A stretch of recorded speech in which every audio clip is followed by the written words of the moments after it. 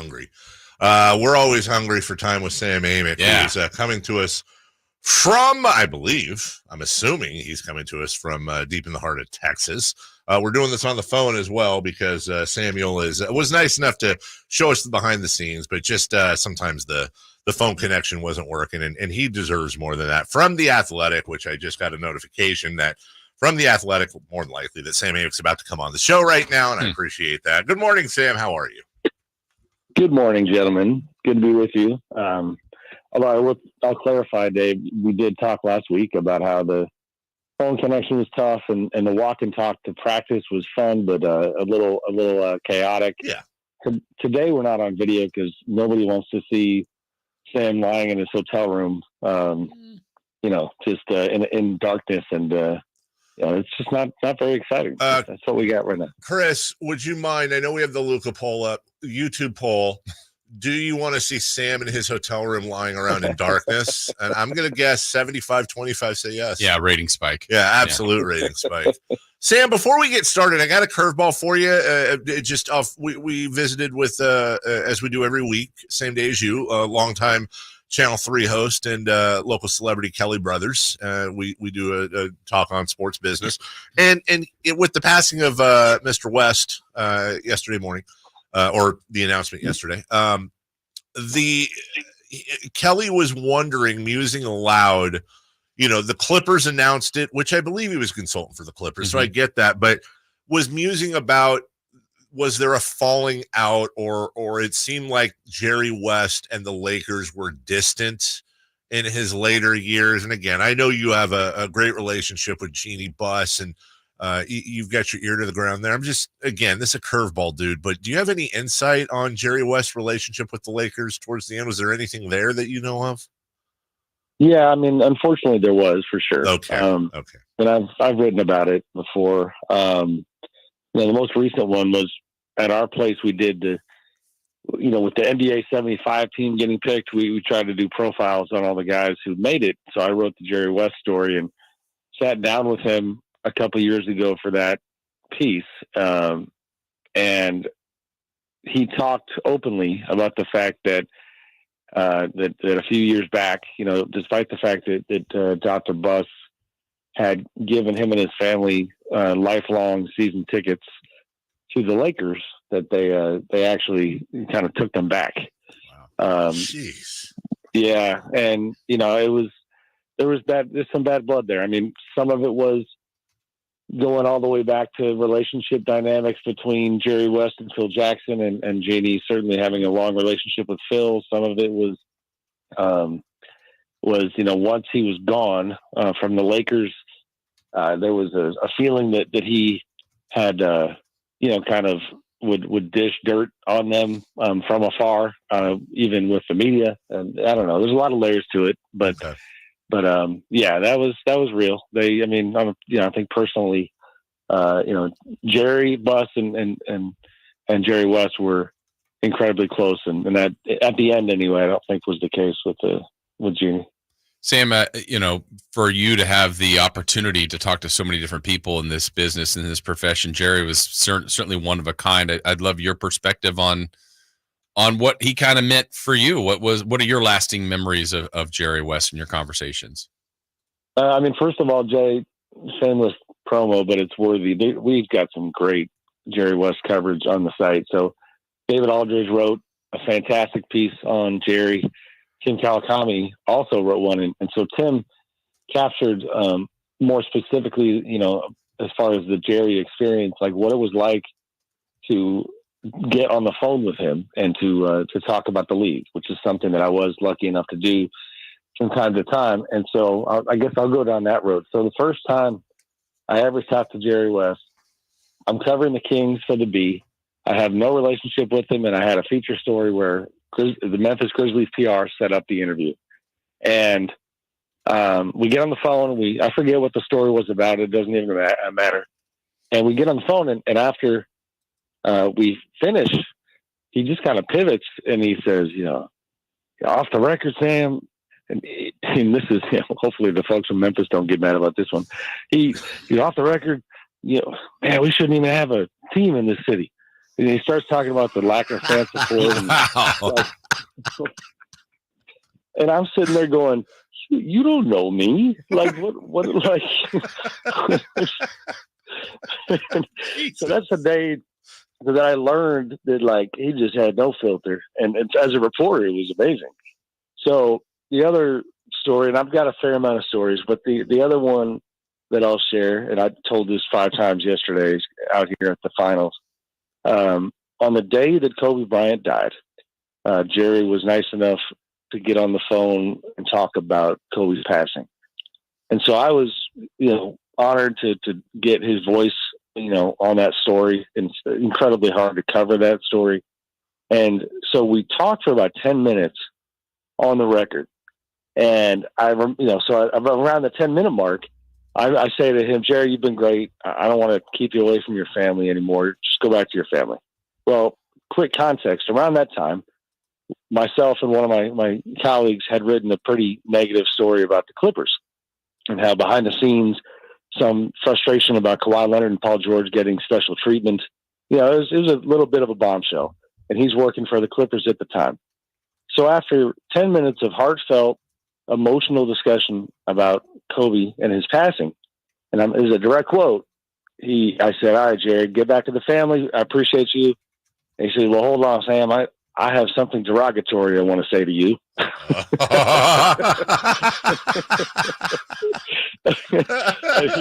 He says, I don't know where y'all are getting this discord in the locker room. That's absolute effing bull s. Wow. And yeah.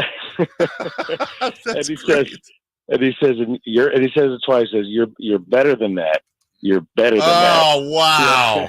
I'm not mad. I'm disappointed. Stunning. So, and I'll tie a bow on it because I got to give my buddy credit. Good old neighbor John. I told him this story one time, and so for years, a couple of years back, he made me a whiskey glass that says "You're better than that." The logo. That's a claim to fame. Yeah, that's pretty cool. Yes. Yeah.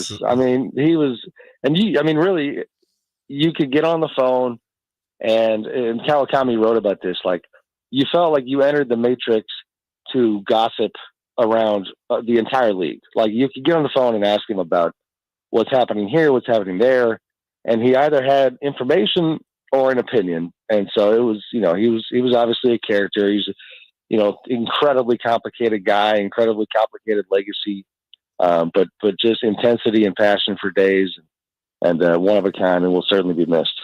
I forget the reporter. I was a small reporter I'd never heard of, but was one of many sharing stories. And I guess he had an interview set up with Jerry. He'd never met him before. It was a phone interview, and he had been going through some pretty hardcore stuff in his personal life, this reporter.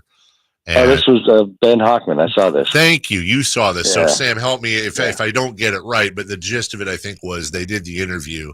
And then at the end, they were getting off the phone. Jerry said, hold on a second. I heard what's going on with you, and proceeded to talk to him about it, and was interested and was offering advice and motivation and all those, great classy things to a guy he'd never known before. Is that about right, Sam? Am I leaving anything out?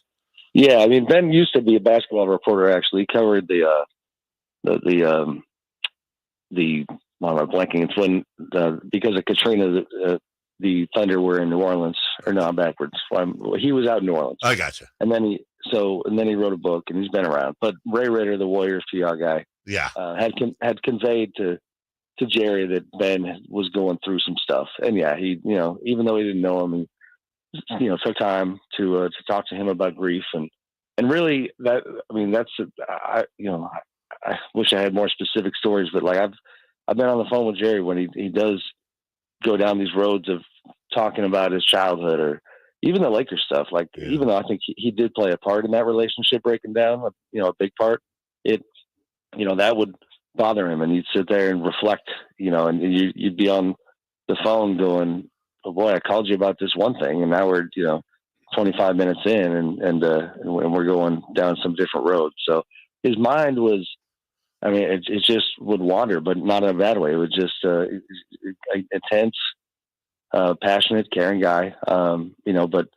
the stories you hear, and the theme here. Like, did you guys happen to catch Joe Mazzulla's pregame press conference last night? I didn't catch. No, I didn't either. No.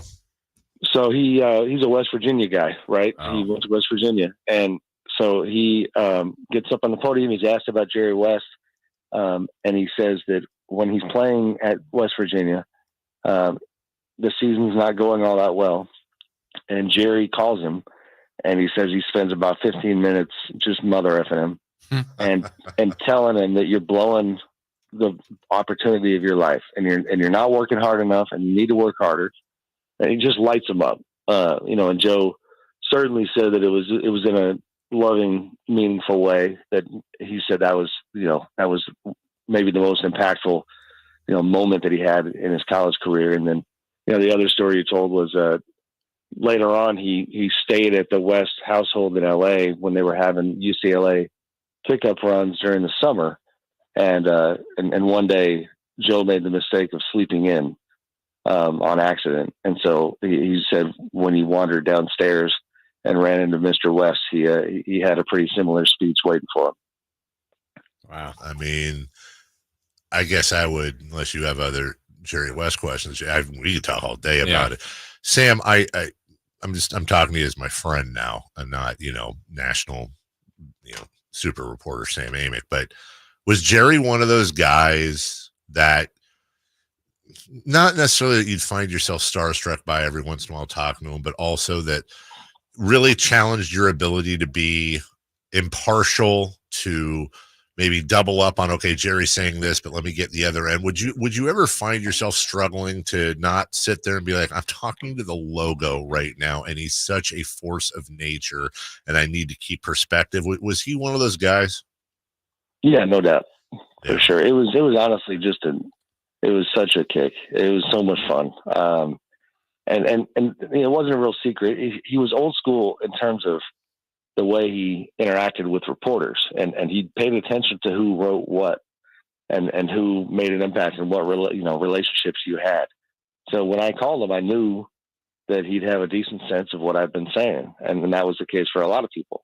And this is, a playful story. I hope my buddy doesn't mind that I share, but Dan Wojcicki of the LA Times told me yesterday that he didn't have much of a relationship with Jerry, but one of the times they're interacting, Jerry's sitting in front of him at a game, and Jerry turns around, and again, this speaks to the little bit of the edginess with the Lakers organization, because Dan covers the Lakers for the LA Times, and Jerry turns around and he says, "Dan, what's it like working for the Lakers?" Well, Jerry, Mr. West, I don't work for the Lakers. I cover the Lakers. Well, I know what you do, but I'm just wondering how much they pay you. He didn't care, dude. No, he didn't care. Hey, Jerry West. Last one on that front day, because you kind of went down this road. Yeah. I remember the day David Stern passed. Yeah. I talked to Jerry that day as well, and was at a family get together, and my uncle Skip, my dad had 3 brothers, oldest of the 4 boys, I think born, to give you a time range, born, around 1940. Okay. But about to turn 80. So do the math. Yeah. So Uncle Skip was not a huge basketball guy, so he's pretty tough to impress. Really doesn't care all that much about, the guys of today's era. But boy, that day when I was with my Uncle Skip and the phone rang and it said Jerry West on the phone, it was the only time I impressed him. Like on the basketball front, he just was like, wow, yeah, Jerry West calling me. So that's awesome. 1944, by the way. Yeah, that's thank 80. you. Yeah, it's early. Yeah. Thank you. Yeah, that's okay. So Sam, if we transition to the finals, look, it's likely going to be over relatively soon, barring something spectacular that I think all the narratives change. But if we assume Boston does this in 4, 5, 6, whenever it ends, what's been your takeaway from what you've seen, both really from the Boston and Dallas perspective? I mean, right now after last night, I think where my head is at, and honestly, what I will probably write next in some capacity, is the Celtics are just a far better team than they get credit for. And I'm talking about in the history of the league, like a couple of years back, I wrote a piece trying to, opinion, but also research based, like trying to nail down the 25 most dominant teams in league history. And last night I looked at that story and I started wondering, like, I don't know, like, are they on this list? Like, they might be on this list. And people are not blown away by what they do. But, one of the very important, I guess, two of the very important metrics or ways to measure that has got to be respected is what the hell did they do in the regular season? So they were 64-18. And then right now, if they sweep this thing, they'll be 16-2 in the playoffs.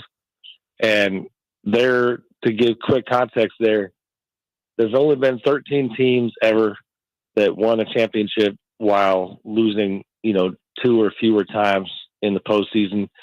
And then as far as the regular season, I think it's 26 teams have won, have that winning percentage or greater in the history of the game. Like, all of which is to say that even though we debate Jason Tatum and Jaylen Brown, even though, Porzingis has been hurt and not available for so much of the time and all these different things, and even Missoula is a young coach who gets criticized sometimes. Do they shoot too many threes? Like, we kind of just need to relax on all the nitpicking and then just be like, damn, they've been dominant. I mean, Dallas has had a neat run from early March to now. They turned their season around. They're a very good team. But going into the finals, I think we forgot or just didn't process the fact that, like, Boston is a significantly better team. Sam Amick joining us. Sam, want to bring back a conversation from earlier this week, and your name came up. It's been almost a decade now, but after further review, are you ready to state publicly that you regret your decision to give Andre Iguodala the MVP over Steph Curry, or do you still feel the same way? What the hell? We were going to, actually, wasn't it Jerry West that came up that spawned this, Jason? It was Jerry winning the MVP in the finals on a losing team. LeBron team. Almost did, yeah. LeBron, and then we were talking about and then I think that somehow spun into Iguodala and Steph. And then we looked at the list of voters, and you voted for Iguodala. And then we looked at the numbers, and numerically, it looks like Steph's got a pretty decent lead on him overall. But, I didn't know if maybe history, you got caught up in the moment.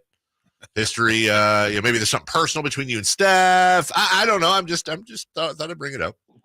That's hilarious. That's a hard no, buddy. And yeah, I'm gonna be that dude, old man yelling at clouds. Uh-huh. I think it's only gonna get worse. Like, the revisionist history on this topic, is only gonna get worse as time goes on. And I will, my source on this, you have these moments where you just really remember connecting with certain people. So Mark Spears, now with Anscape, back then with Yahoo Sports. Mark and I, sitting on press row in Cleveland, as fellow voters, basically having a quick skull session to break this thing down. Like, we were both leaning on each other during that time, and we both voted Iguodala. And the thing that, like, I'm not normally like this. You guys know that. Like, the numbers matter. All this stuff matters. Sure. Like, just stop me with all that, or miss me with all that. Like, that series was over until Andre Iguodala was put into the starting lineup. I understand the numbers. Like, LeBron still was dominant, but if you go back and look, and the before and the after, Andre slowed him down just enough to put the Warriors back in the series. And Steph, at that time, was like, the absolute feel in the room was that he was getting dominated by a superstar in LeBron, and he was struggling.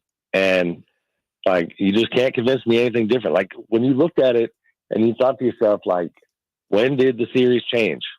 When did the series change? And then what was the most important part of it? It changed when Andre was put in the starting lineup, and and then he added just enough offense to barely, in my mind, justify the vote. I remember in that last game, Spears and I both, like, once, I think he had 22 or something like that. Like, once he shined up the optics on the offensive end a little bit, you kind of felt like, damn, like, I mean, that, that series was changed by Andre, and I'll never be convinced differently. So when Iguodala entered the starting lineup in Game 4, it wasn't just a case of slowing LeBron a little bit. It was also that on the offensive end, he was spacing the floor and making things easier on Steph. That's what a much younger Sam Amick told Sports Illustrated at the time. Now, I'll leave you with this then, since we're having fun. Let me take Iguodala off the board in retrospect. Have you ever thought about this? Would you have voted for Steph, or would you have voted for LeBron over Steph? I don't remember being all that close to doing the best, the LeBron vote. Sure. and making history. The Jerry West legacy, really. Jerry's the only guy who achieved that feat. It's just, I don't think, I don't know. I just don't, it didn't feel right in terms of, it's the Warriors' first title. And I'm not just being honest with you, like there was a sense of guilt of like the Warriors winning the title, we're still going to, go down the LeBron, kind of idolatry road, if that makes sense. Yeah. So he was amazing, especially if you think about it, that doesn't, the idea of voting for LeBron doesn't reconcile very easily with, the idea that you're looking at Iguodala saying, if you're going to credit Andre for what he did, then you're discrediting LeBron and saying he didn't do enough. No, I wasn't that close to doing the LeBron thing. I mean, I guess it would have been Steph. Well, in case anyone's wondering, Sam shares a table with Hubie Brown, with Ken Berger, with the great Mark Spears, our friend Mark Stein, amongst others who voted for company. Yeah, it's pretty good company as well. All right, Sam, we'll let you off the hook. We appreciate that. Have fun down there in Texas. Wake up, get some breakfast, do what you got to do. And thank you, as always, for joining us live from being on the road, my man. Thanks, guys. Appreciate you. Thank you. That's Sam.